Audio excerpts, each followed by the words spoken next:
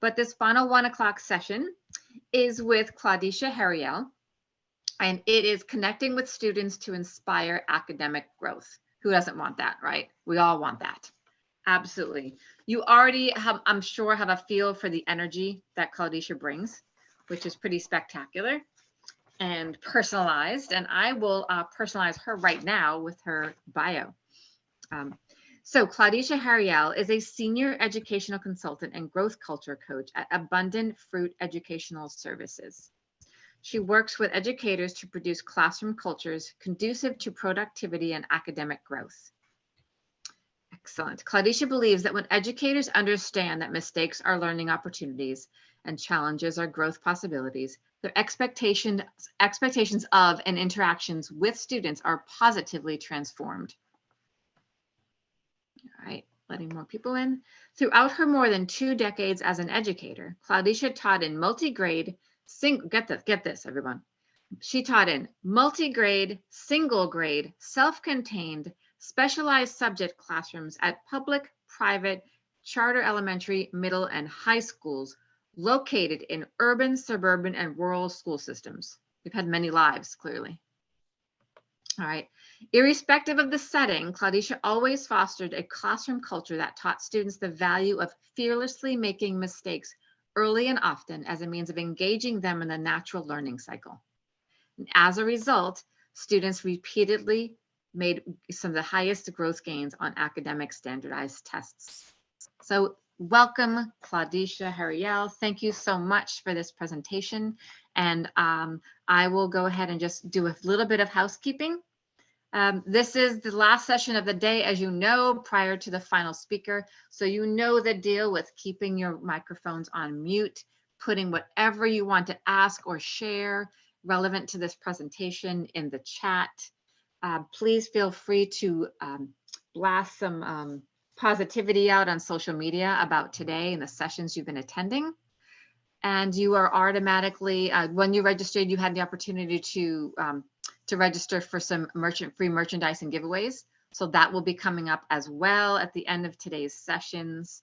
And what else? I will put the evaluation in the box just about 5 to 7 minutes before the end of the session. And I think, oh, and one final thing, if you haven't already done this today, and I think just about everyone has, make sure that your first and last name is appearing in your frame, right? Make sure it's first and last name so they get full credit for being here today. All right, it is all yours, Claudicia. Thank you so much, Linda. Thanks so much for that introduction.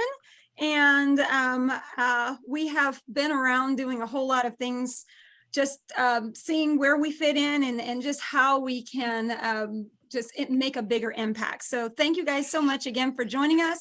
We've got 45 minutes and this is going to be a roller coaster ride. I want you to relax. I want you to join in, chime in. This is about connecting with students to inspire growth.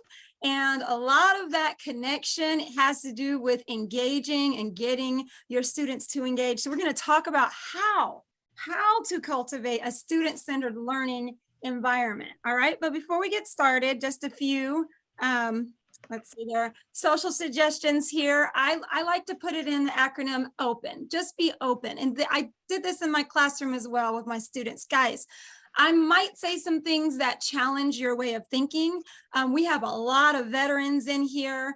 You may be going back to a school and you are tasked with supporting some newer teachers, right? So, you know, I looked back and I said, you know, let me go back and remember my journey, because after 20 plus years, you just kind of get in a rhythm and things are working for you. And so when my principal asked me, you know, to work with or mentor a new teacher coming in, I had to kind of go back and think some things through. So maybe some of you guys are here for that reason. We have some teachers that are here, future educators who are literally on the verge of getting their certification. So wherever you are, I want you to be open-minded, positive. Please engage in the chat. We'll definitely try to have a conversation back and forth. And then at the end, I'll definitely, Linda will share my contact information so we can continue this conversation. By no means is this going to be the end. I know that you will be richly, richly blessed. All right. And so stay engaged and look for novel and innovative ways to make applications in today's with today's presentation. All right, so you got all of that, what I like to call gobbledygook, all the stuff that is about me earlier. But I want to tell you a little bit about me before all of that. And so I want you to know a little bit of my story. I started off a brand new teacher, and I was really rigid, very about it, business, oriented teacher. And I had a great educational experience. So it was just like, I want my kids to have the same educational experience. A lot of the people that I encountered in college and even some of my friends later on, they hated school. And so I had this pie in the sky thought, I know I need to become a teacher, and I have so much energy and I love what I do, and I'm going to share what I do with my students with that same energy, and they're going to reciprocate it. Day one, I was like, respect me and I'll respect you, and we got this thing. And I just expected it to click. If you've been teaching for a while, you probably know how that went. I don't know if any of you can share that that mind or that experience. And so along the way, I had some wonderful veteran teachers that mentored me, and I want to share some of what I learned over my 20-year experience in the classroom, as well as what I learned as I have come out of the classroom and I'm working with teachers all over the nation. All right. So yes, this is me, as some of you said, you're pre-teachers. That was me as a pre-teacher, just excited and good to go. I learned a little later on, hey, if this is going to work, if the kids are going to even listen to what I have to say, I'm going to have to engage them. And so this is me quite a few years later, actually engaging our students in some team building. All right. Okay. And so today's agenda is going to be pretty packed, but the first thing we're going to look at is your why versus their why. You're the teacher, but I want you to think about your students' why. All right. Good, better, best. Good, better, best will be next. Oh, and then we'll talk about how to cultivate. All right. And you'll see my plants there. I really want you to get in the mind frame that your students are seeds, and seeds cannot just be thrown into any environment and then growth happen. So keep that in mind. We're going to actually need to do some specific things intentionally on purpose to cultivate, to actually work the environment in such a way that your students are able to grow and thrive. It feels different in a classroom when students are thriving. And then lastly, we will round you out with some extra resources to help you out. All right, guiding question. How does the bond between teachers and students impact students' academic growth? A lot of times our goal is for students to grow, right? But where does the bond come in? And how is that going to impact our end result or end goal? Learning target today, we will be exploring how to effectively connect with students to inspire their academic growth. And I'm highlighting that word inspire for a reason. We're going to dig into that in just a little bit. Okay. All right. So now in the chat, we would love for you to put in, why did you decide to become a teacher? So distill it down. I know there's probably a story as well. I want you to give it to me in just a few words or so. Why did you decide to become a teacher? Go ahead and put that in the chat, please.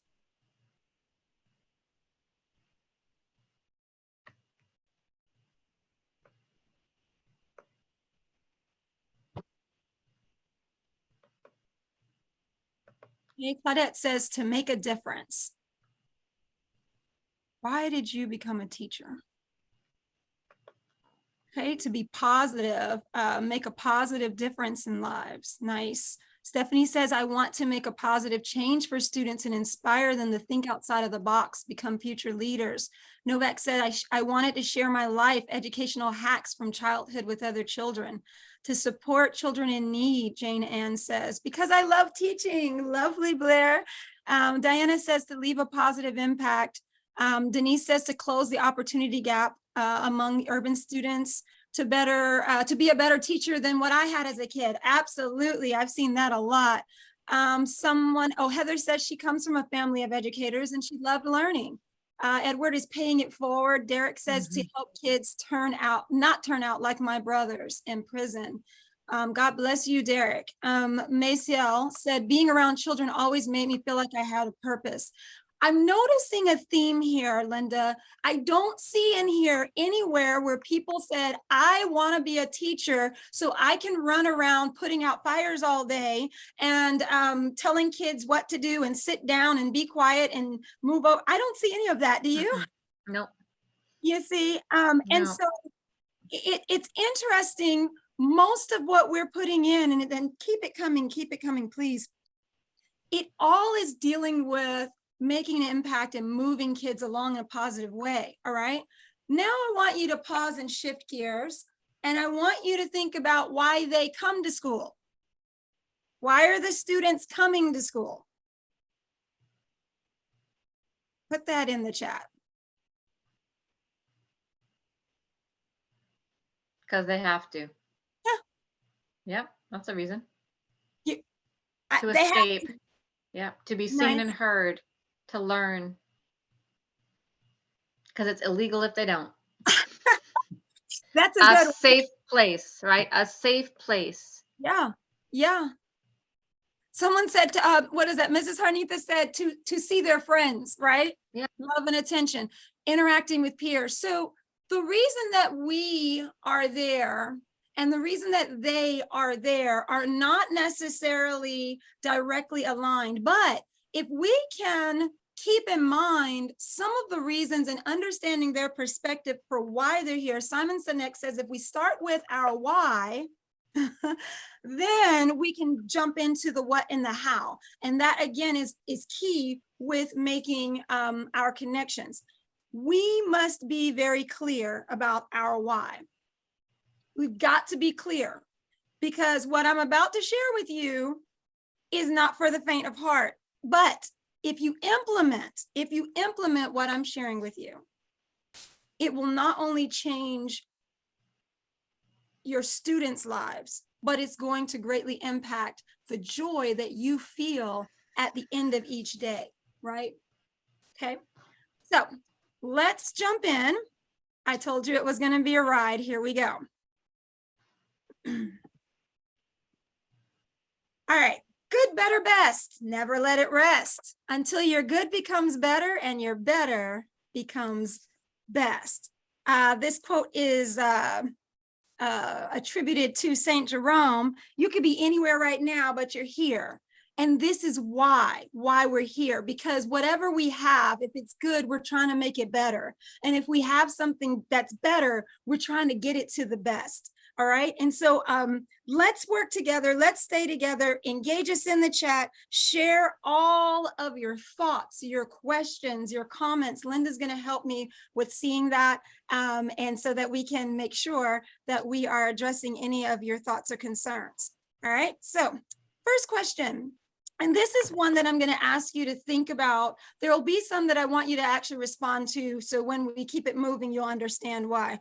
The question then becomes, or at least that I was asking as a new teacher, and then after switching schools and getting a whole new demographic of student, why wasn't my old regime working? Why weren't my old strategies working, right? So how do I help my students learn? And the short formula answer to that is make learning equitable, make it student-centered, and make it inspirational. I'm going to say that again. And if you're writing, I would definitely jot that down.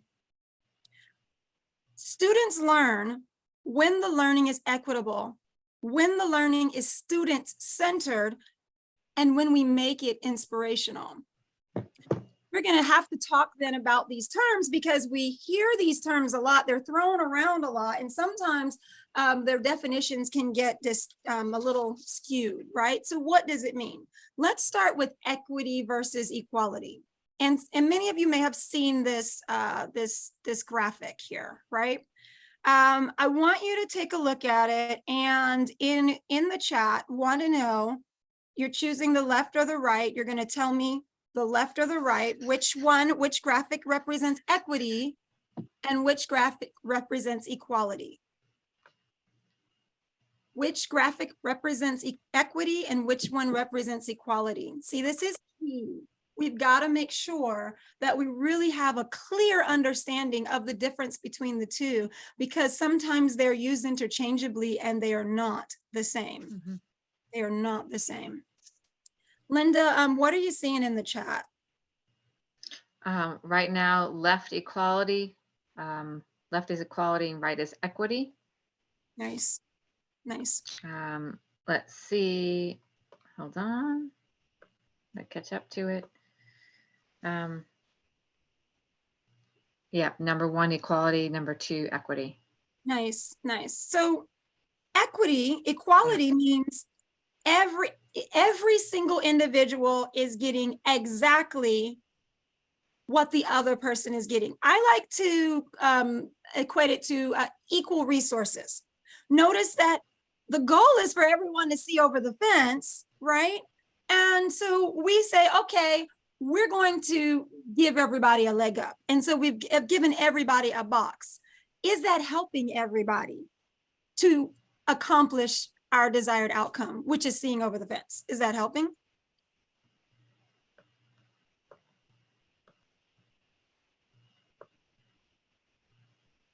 Someone says, we discussed, because so many of us have seen this image, correct? Mm-hmm. We discussed how the tall guy doesn't need a box to stand on, but the smallest one still can't see. Right. That's key.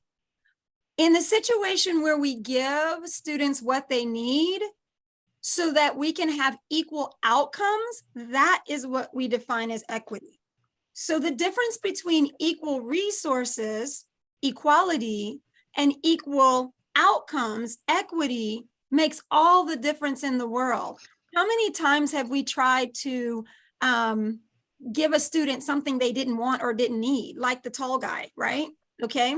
And that doesn't usually turn out well. In fact, they can end up becoming behavior problems as well, or behavior challenges as well. So let me give you a real life example. What could you do with a block of tofu and your choice of 6 additional ingredients? A block of tofu and your choice of 6 additional ingredients. What could you do with that? Linda, let me know what they're saying there. I can't see that right now. Nothing right now. Make a meal. All right. Okay. All right. What would you make?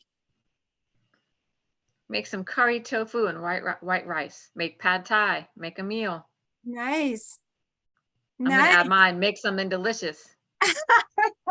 Ramen, Lovely. scrambled tofu, soup. So I literally, Linda, I literally need to get with these people, because I could have like a cookbook, right? And I could have a resource to give to the people.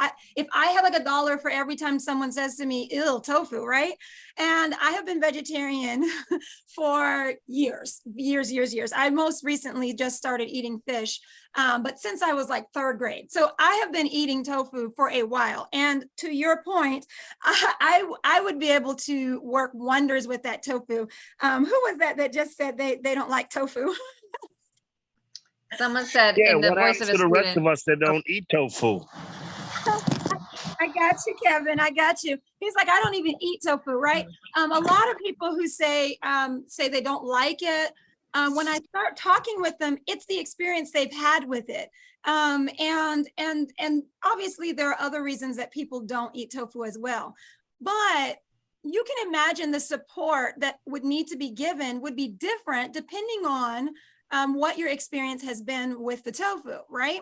And the same thing happens in the classroom. So we kind of need to get more background. We need to get more understanding about our students before we can start to give them supports or what we like to say as scaffolds. All right, take a look at this next piece. Student-centered versus teacher-directed. All right. Left or right? Left, student-centered or teacher-directed, and then left or right is the right student-centered or teacher-directed? Which do you think? Just looking at that. Note where the teacher is and where the knowledge, experience, and beliefs are.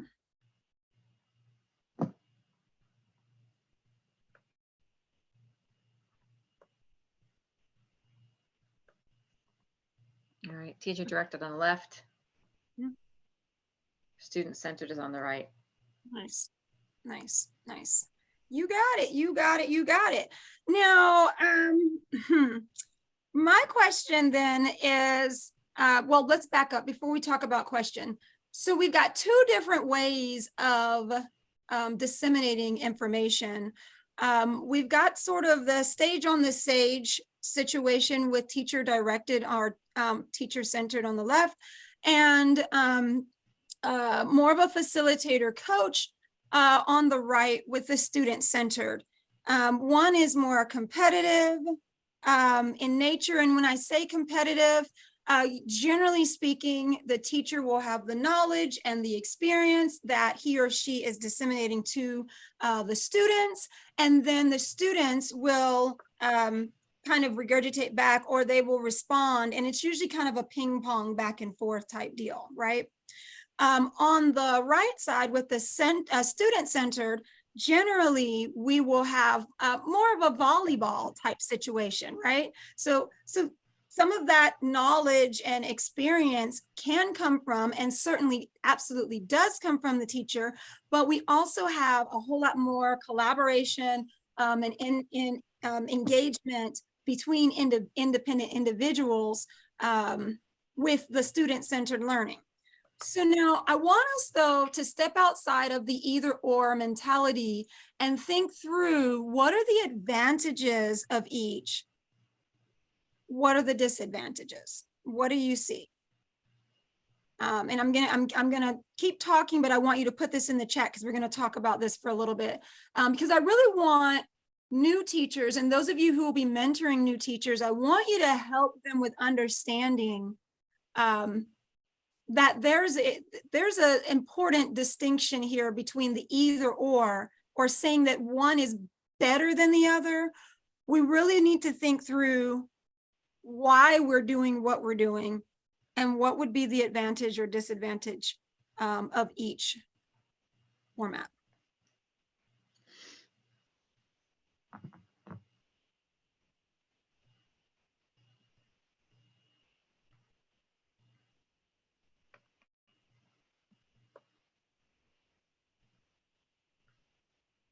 The advantage of having a teacher share information from the front or from wherever in the room. Think about your learners. Think about the type of learners that you have. Okay. You have learners that have a background in the information versus ones that this is brand new, right? Okay, all right. I see here student involvement in lessons is extremely important. Teacher-centered learning is boring for the students and the teacher. Yeah, the teacher does a lot of talking there. All right, nice. Teacher-centered is to share information. Yes, Linda, thank you so much for sharing that. You know, sometimes our students don't have a lot of background knowledge. They don't have anything really to connect with the information. It's really helpful for direct instruction in those instances. Oh, go ahead. And the other part of that, I just got ahead of myself, is that the student-centered is to facilitate learning. So one is to share information and one is to facilitate learning. I'll go ahead and read some out. Students need to learn that they have a voice and to use that voice. Students need to learn that others have voices that need to be heard just as much as their voice. Sometimes student-centered setups are not familiar ways of operating in a classroom, so there needs to be a lot of structuring and learning how to learn in front in order to be successful in the long run. That's actually a great point. We are not going to cover how to specifically manage in these types of groups, but that is a really great point to bring out. A lot of times, newer teachers or teachers who just are not as familiar with how to structure student-centered learning will tend to want to do the teacher-centered just so that they can maintain better control of the class, because they are the ones that kind of get everything going throughout. That's an interesting point. I think as educators, we can make assumptions of what the way is that we're supposed to teach. You know, that the way to be right now, and sometimes it's not necessarily what each student needs. Right. So we made assumptions before we can get to that, you know, the cart before the horse. Like, and the whole idea of voice, that was mentioned at least twice, right? When we think about our ideal classroom, and I ask new teachers this all the time, I'm coaching them and I'm like, so what does your ideal classroom look like? What does it sound like, right? And they're just like, oh, all the kids are going to be engaged and they're going to want to answer questions, but if they're not accustomed to hearing their voice and they don't have the confidence to speak their truth and at least, you know, put it out there so that we can understand their perspectives, how will we have that rich discourse back and forth? And how will we learn, like you said, Linda, things that we think they don't know or they do know? How will we actually understand what they do know and find out? I found out that some students actually know way more than what I was thinking. And I was starting way back in the back, like the guy who didn't need the box. I'm trying to give him a box. And they're like, no, I don't want the box and I don't need the box. So, all right. So it's not one is necessarily better than the other. However, when your purpose is to engage your students and your purpose is to get your students to connect with you, you want to make sure that there's a healthy amount of student-centered learning happening, okay? And you want to set some things up in your classroom so that can happen. All right, let me go back here. All right, we want to look at inspiration versus motivation. Okay, we hear a lot about the two, and sometimes they're used interchangeably. So we're doing left, right again, okay? Which of these best represents inspiration, left or right, and which one best represents motivation?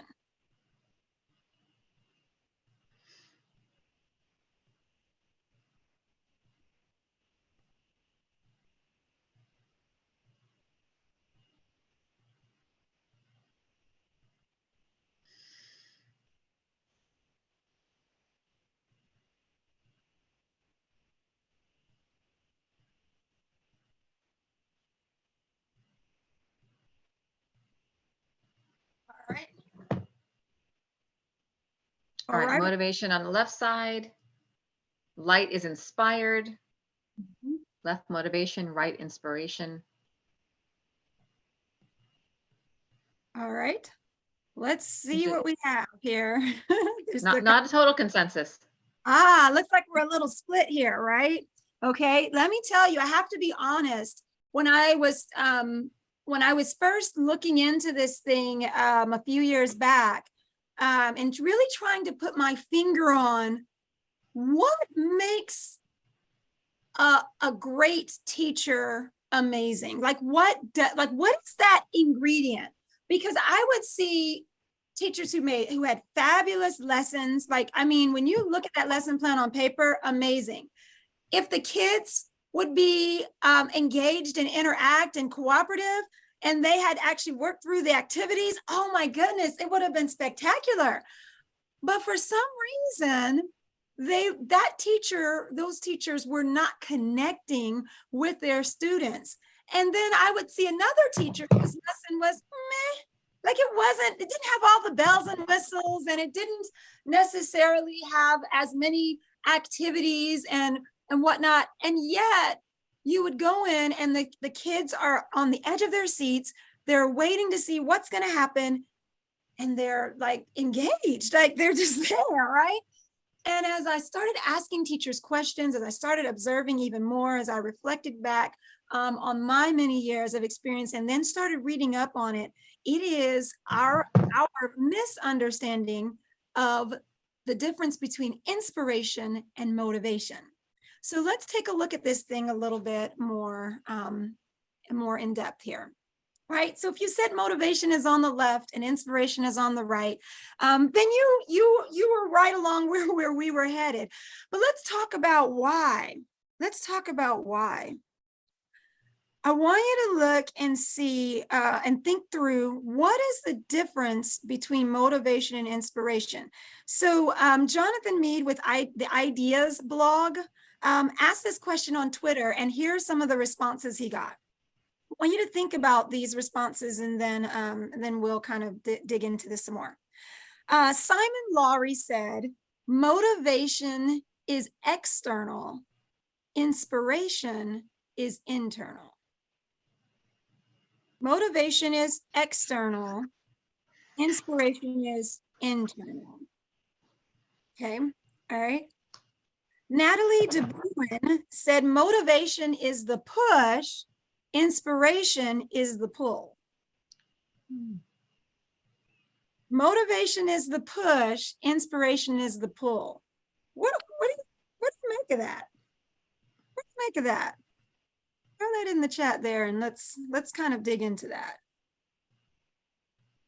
I thought that was interesting. I thought that was really interesting. So was that motivation is the push? Motivation Inspiration is the pull. So comments on that. Motivation is the push and inspiration is the pull. What do you think I about like it. You know? You know, it says I like it. He said, Makes like a lot of sense. I'm reading Yeah. comments out now. Yeah. Okay.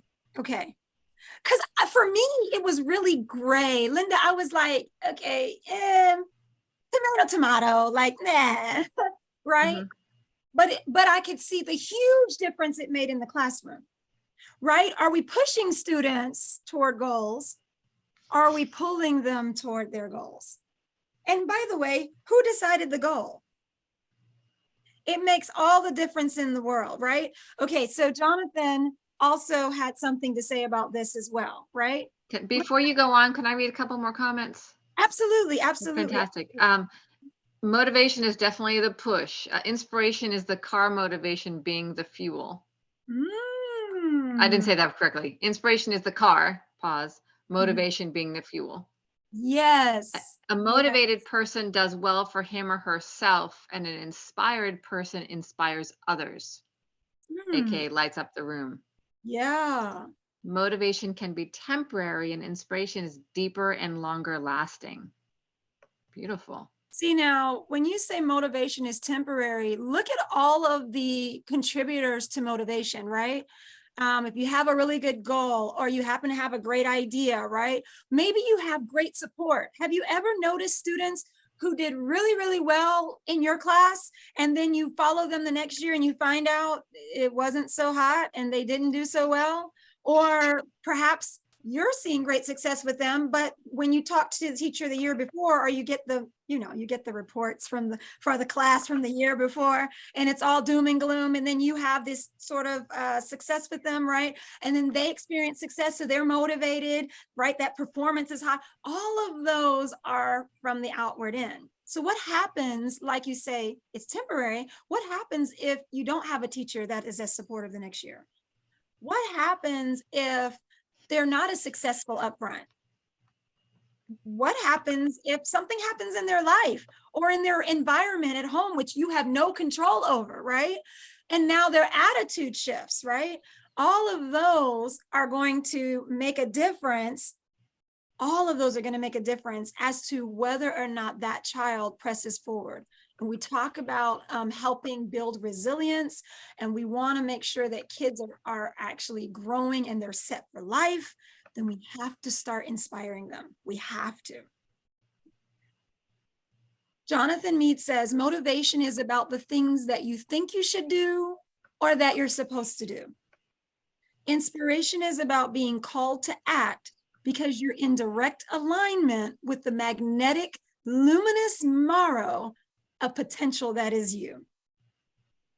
See, once you have inspired a kid, they keep themselves going. So you don't have to come up with the next new trick, and you don't have to, spend a whole bunch of money making sure that we have treats at the end of every single everything, right? You don't have kids asking you, am I getting a grade for this, right? Because they're inspired and they know that what you have for them in the class, every learning experience is all about helping them stay aligned with who they are and matching their potential. It's amazing. And it's joyous. It's joyous. That's why you became a teacher, so you can make that sort of impact. We have to go beyond motivation. Again, this is not an either or thing. We need both, but we just have to make sure that we are moving beyond motivation and making sure that we inspire.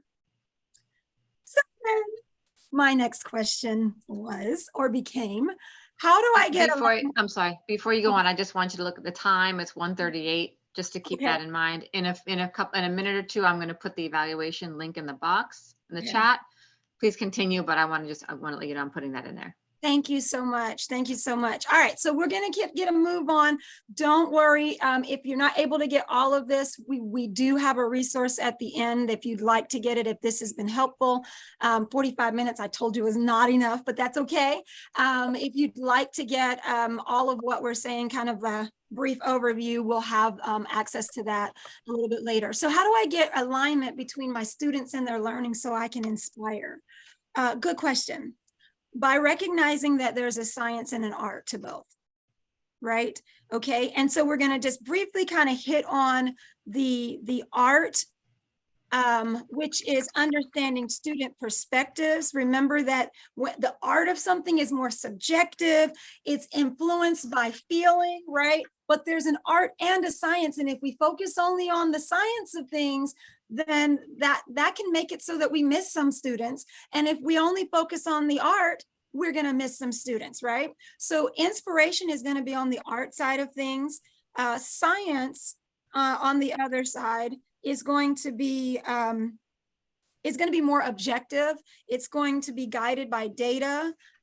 There's some interesting science about dopamine and the brain release of dopamine when people, and our students are people, have positive experiences. Those positive experiences actually trigger the brain to release dopamine, which is a feel-good hormone, and that increases their intrinsic motivation. And then from that, their engagement goes up, and then there's increased learning. And guess what? Dopamine has been found to even be released at the thought of that experience. So once you build a routine and kids are used to coming to your class and having wonderful experiences and positive experiences, they come and automatically that light bulb gets turned on. All right. All right. So let's talk about CASEL here really quick with our last few minutes. And I want you to understand for self-awareness, if we want to increase that self-awareness, ask open-ended questions, lots of them. I did this through a Motivational Mondays. Would you rather? What do you think? What would you do? Right? Ask students to explain their reasoning and then listen, right? Okay. Decision making in your classroom. Make sure you're offering opportunities for choice. All right. And while we're talking about choice, that kind of digs right in or ties right in with self-management. All right. And so we're going to give them opportunities to manage their own time. We're going to allow them to self-advocate. Flexible seating. I allowed students to sit wherever they wanted after we had direct instruction or guided instruction during independent time. And while we're talking about that, they get to decide the level of collaboration. Should I work independently because that's what I do best?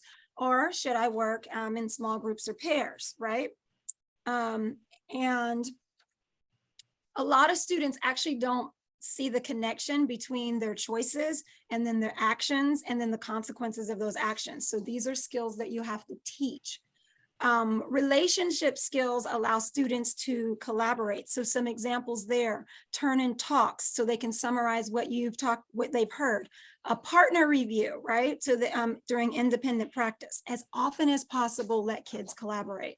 All right, you will find that they come up with amazing understandings. All right, this is just a quick quote: relationships grow stronger when people relate intentionally. That would be on purpose. And then the last one is social awareness. Celebrate multiple paths to solutions to problems. Now, let me tell you this. I'm going to pause for a second. We don't have a lot of time, but I want you to understand that this is key. Students must know that there are multiple solutions to challenges and problems and multiple paths to get those multiple outcomes. Please keep that in mind. Okay. All right. So make sure that you're celebrating when two people come up with the same answer different ways. Celebrate when we're in conflict and the two of us don't agree, right? And then give us an opportunity to voice what we know. All right. That is where we're ending today. But before we do, snap a picture of this and make sure that you answer this question.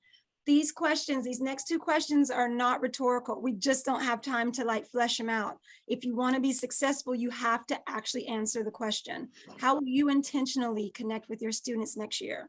Will you send out postcards during the summer? And will it be an introductory email at the beginning of the school year, a positive phone call home at the beginning of the school year? How will you intentionally connect? And then, of course, we need to be making personal reflections. How connected am I to the people that mean the most to me, right? Did you spend all year giving your best and the most of you to your job, which is definitely remarkable, but have we left those people who mean the most out on the other side? What will you do this summer to move closer to those people? Okay. So this was our guiding question. How does the bond between teachers and students impact students' academic growth? Hopefully you have gotten some more of that. And today we learned how to connect with students to inspire their academic growth.